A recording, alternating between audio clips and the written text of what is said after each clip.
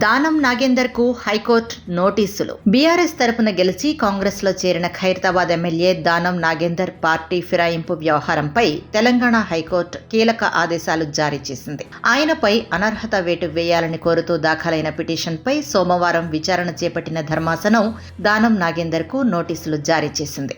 4 వారాల్లోగా ఈ నోటీసులపై వివరణ ఇవ్వాలని స్పష్టం చేసింది. బీజేపీ ఎమ్మెల్యే ఏలేటి మహేశ్వర్ రెడ్డి ఈ పిటిషన్ను దాఖలు చేశారు. గతంలో అసెంబ్లీ స్పీకర్ గడ్డం ప్రసాద్ కుమార్ దానం నాగేందర్ పార్టీ మారలేదని ఇచ్చిన తీర్పును ఆయన తన పిటిషన్లో సవాల్ చేశారు.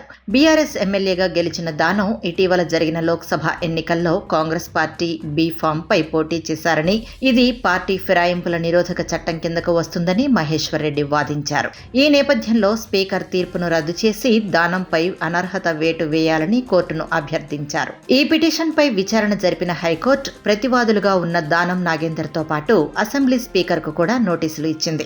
అనంతరం తదుపరి విచారణను ఏప్రిల్ 16వ తేదీకి వాయిదా వేసింది. ఈలోగా దానం నాగేందర్, స్పీకర్ తమ వివరణలను కోర్టుకు సమర్పించాల్సి ఉంటుంది. తెలంగాణ రాజకీయాల్లో చర్చనీయాంశంగా మారిన ఈ అంశంపై హైకోర్టు తీర్పు ఎలా ఉండబోతోందనేది ఆసక్తికరంగా మారింది.